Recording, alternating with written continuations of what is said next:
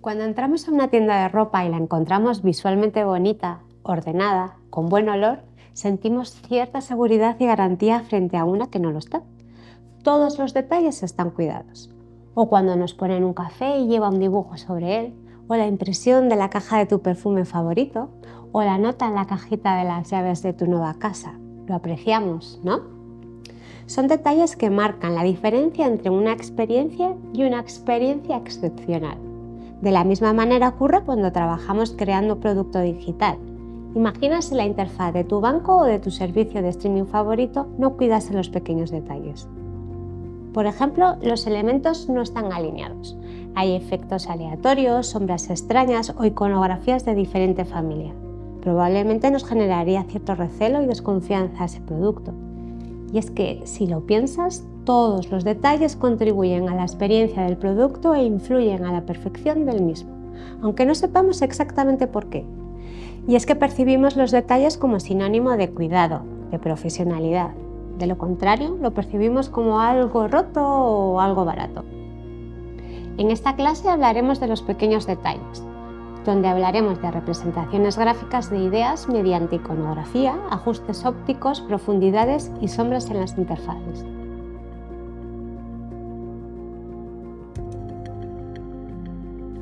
Seguro que alguna vez has deseado poder comunicarte con todas las personas del mundo, sin problemas, sin complicaciones. La verdad es que sería genial, ¿verdad? Pero si lo piensas, ya lo estás haciendo de alguna manera. Por ejemplo, cuando recomiendas con el iconito del pulgar hacia arriba un artículo que acabas de leer en LinkedIn, o incluso cuando pulsamos un corazón para comunicar que algo nos gusta. Este tipo de acuerdos son conceptos o ideas compartidas por todas las personas. Son, si lo piensas, nuevas universalidades que hemos ido adoptando. Y es que ya los lingüistas y filósofos como Ferdinand de Saussure y Charles Peirce centraron sus estudios en descifrar el mundo desde este punto de vista.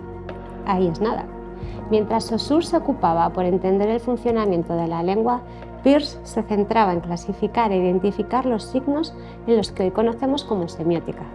En ella se describe el icono como el signo que representa un objeto de una manera similar. Por ejemplo, piensa en la papelera de tu ordenador. Es la imagen de una papelera real y se utiliza para representar la acción de eliminar archivos o documentos, ¿no? O por ejemplo el icono de una carpeta para representar la acción de ordenar tus documentos. Y es que, si lo piensas, los iconos están por todas partes. En envases, etiquetas, electrodomésticos, en los coches, en el teléfono. Nos ayudan a orientarnos en espacios físicos y también en entornos digitales, desde encontrar la salida en un centro comercial hasta los elementos de un menú en una app.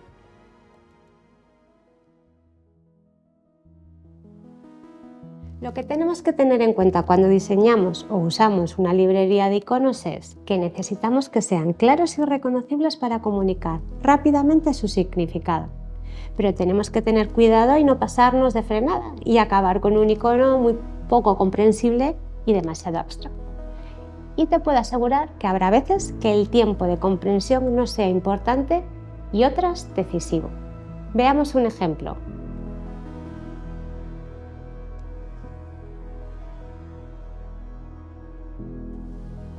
Observa este grupo de iconos que tiene esta lavadora.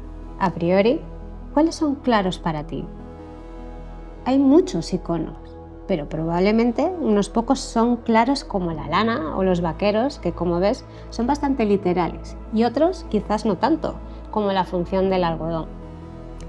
Y es que a veces nos pasamos de minimalistas y ciertos iconos se nos quedan demasiado abstractos y no logramos expresar bien su significado. En el caso de la lavadora, una vez que descubres su función, usas el icono por repetición, una y otra vez, una y otra vez. Lo mismo pasa en la interfaz de un coche. Aunque la intención sea construir una comprensión compartida, a veces nos es complicado entender ese pilotito encendido y entramos en pánico y acabamos acudiendo al manual para descifrar de qué se trata. Por ejemplo, el icono de los frenos es confuso y complicado. En cambio, entender el de encender o apagar faros es sencillo y rápido. Y si lo piensas, en ocasiones es de vital importancia. Por eso es clave que los iconos sean claros y reconocibles.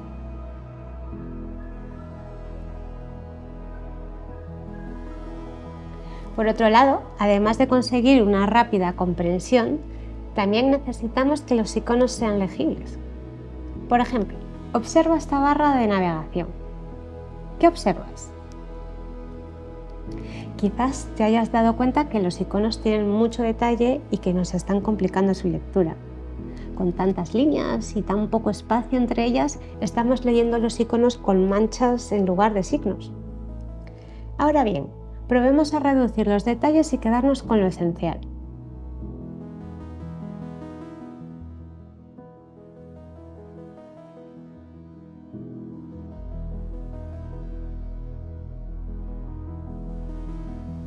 Mejor, ¿verdad? Ahora hagamos unos ligeros ajustes en sus grosores y demos espacio a sus formas. Ahora sí, la mancha dejará de ser mancha para ser un icono con un significado. Por otro lado, no olvides que la iconografía puede ser otro vehículo más para la expresión de la personalidad de una marca. Veamos dos ejemplos extremos para entenderlo mejor. Sabemos que Google está comprometido con ofrecer el acceso a la información para todo el mundo. Por eso, si te fijas, la iconografía no puede ser de otra manera que sencilla, universal y accesible en todos sus iconos. Mientras Yelp, gracias a un buen balance en los detalles, roza lo ilustrativo y lo que trata es, además de comunicar, despertar sabores con sus formas.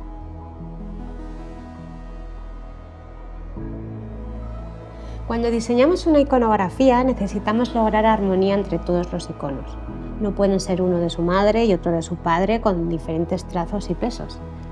Pero, ¿cómo lo conseguimos? Pues definiendo una serie de principios y reglas para que todos los iconos guarden equilibrio y unidad. Veamos un ejemplo.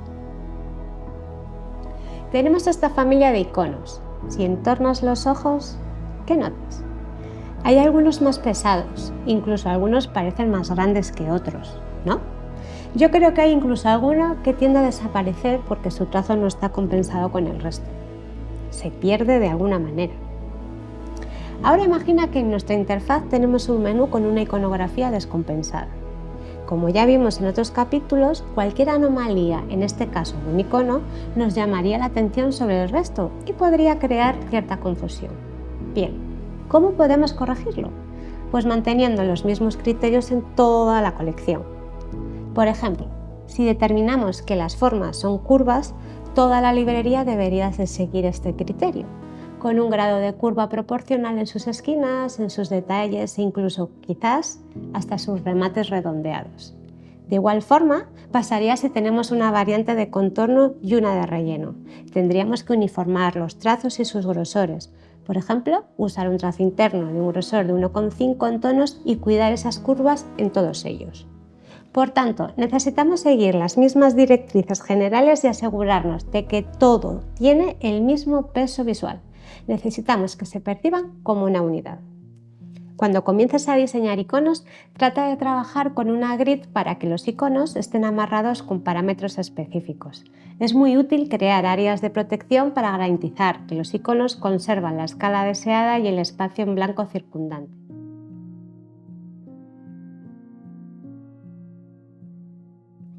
A menudo cuando diseñamos nos lanzamos a colocar los elementos alineados matemáticamente, pero por lo general sentimos que algo pasa. Pongamos por ejemplo, tenemos un texto sobre un fondo, por ejemplo una slide, y lo queremos justo al centro de su altura. Parece que todo está donde tiene que estar, pero algo falla. Si te fijas, tenemos la sensación de que el texto cae por debajo de la línea imaginaria que divide la altura. En realidad lo está, pero nuestro ojo no lo interpreta de la misma manera. Tiende a percibir ese elemento centrado, con cierto peso y gravedad. Así que vamos a tener que corregirlo ópticamente para conseguir mayor equilibrio. Basta con desplazar un poquito su posición hacia arriba y engañar al ojo. De la misma manera pasa con los iconos. A veces con algunos iconos se necesita corregir ciertos elementos de manera sutil. Por ejemplo, tenemos el símbolo de YouTube, que es en definitiva un icono de Play. Si nos lanzamos a alinear al centro ambos elementos, sucede lo mismo que en el ejemplo anterior. Lo percibimos desalineado. ¿Por qué crees que puede estar ocurriendo esto?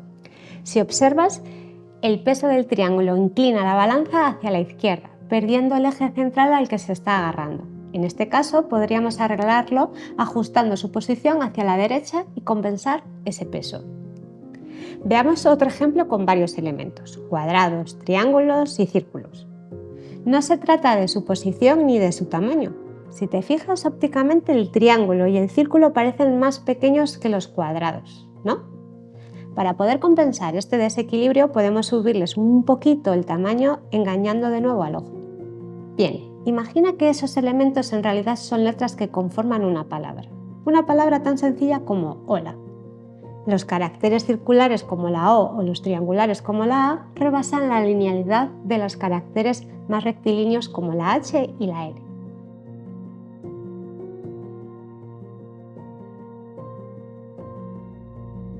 Para construir mejores experiencias que bailan entre lo físico y lo digital, necesitamos conectarnos con todo lo que conforma nuestra percepción del mundo natural: los colores, la luz, las distancias, los espacios, los tamaños. Si te fijas, todos los elementos que están alrededor nuestro están distribuidos en base a jerarquías, que vemos cerca y grande, o pequeño y lejos, o lo que está a foco, o lo que vemos borroso. Por ejemplo, si miramos lo que tenemos en un primer plano, apreciaremos el detalle de manera nítida y los colores serán más vivos, más intensos. Pero si por el contrario miramos al horizonte, no seremos capaces de apreciarlo con detalle. Lo veremos ciertamente desdibujado. A este efecto de profundidad lo llamamos perspectiva aérea. Como imagino que sabrás, ya usada y analizada desde hace siglos por artistas como Leonardo da Vinci, Turner, Sargent o Monet. Veamos un ejemplo para entender este tipo de efectos ópticos en interfaz. Si cogemos un iPhone con un montón de ventanas abiertas y apiladas, veremos cómo han conseguido crear profundidad. Examínalas un segundo. ¿Te das cuenta cómo lo han hecho? Lo primero que podríamos decir es que han creado un efecto de desvanecimiento que vemos en las ventanas que quedan al fondo de la pila con diferentes opacidades. Otro de los aspectos que han utilizado es el uso de las sombras, y lo han hecho de una manera inteligente. Si observas, cada ventana tiene una sombra larga y difuminada que separa y crea aire entre ellas, como un horizonte de montañas. Como ves, han creado a través de un efecto de falsa profundidad una interacción muy sencilla y fluida para mostrar todas las ventanas abiertas a la vez y facilitar la multitarea. Para adentrarnos en el mundo de las sombras de una interfaz, necesitamos entender qué ocurre en el mundo real. Imaginemos que tenemos dos superficies. Por ejemplo, un libro sobre una mesa. Ambos están expuestos a una luz cenital de un flexo. Analicemos qué está pasando. La luz sobre el libro proyecta una sombra sobre la mesa. Es una sombra corta y contrastada. Y si te fijas, la sombra no es negra, la sombra oscurece, en este caso, la superficie de la mesa. Hasta aquí todo está claro. Pues de la misma manera ocurriría si estamos diseñando un botón, una card o cualquier elemento que queremos elevar en nuestra interfaz. Podríamos acercar el botón a la superficie con sombras pequeñas con un radio de desenfoque estrecho, o alejarlo del fondo y elevarlo para crear más espacio con sombras más grandes y con un radio de desenfoque más alto. También podríamos incluso desplazar el foco de luz, es decir, sus sombras en el eje X e Y, y crear otros ángulos. Veamos cómo podemos darle forma. Si quisiésemos dar a nuestra card un comportamiento visual similar al de una tecla que estamos pulsando, ¿cómo lo haríamos con sombras? Pues lo primero de todo, definiendo ciertos estados, uno normal y otro presionado, como una tecla de teclado. Para un estado normal no presionado podríamos crear un espacio entre el fondo y la card, con una sombra que venga de arriba a abajo con cierto desenfoque. Ahora necesitamos que la sombra se funda con más elegancia con el color de fondo y no forme una mancha que vibre. Para ello hay un truco. Con el cuentagotas selecciona el color de fondo que tienes detrás de tu card y ve arrastrando al selector de color hacia el negro. No te vayas al negro puro, sino a un negro con un matiz más frío o más cálido, acorde a tu color de fondo. De esta manera, la sombra será más realista, añadirá un toque de profundidad a tu diseño sin robar protagonismo a la tarjeta. Ahora bien, Para un efecto presionado, como ya vimos con el ejemplo del libro, deberíamos reducir la extensión de la sombra y pegarla a la superficie de la tarjeta. Funciona, ¿verdad?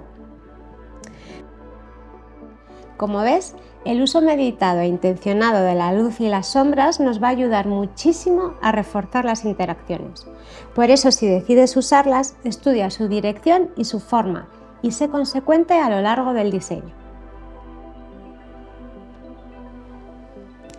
Recuerda que debemos mirar más allá de la pantalla para diseñar interfaces más naturales e instintivas para las personas. En la siguiente clase hablaremos sobre la accesibilidad y cómo podemos trabajar con ella en la interfaz.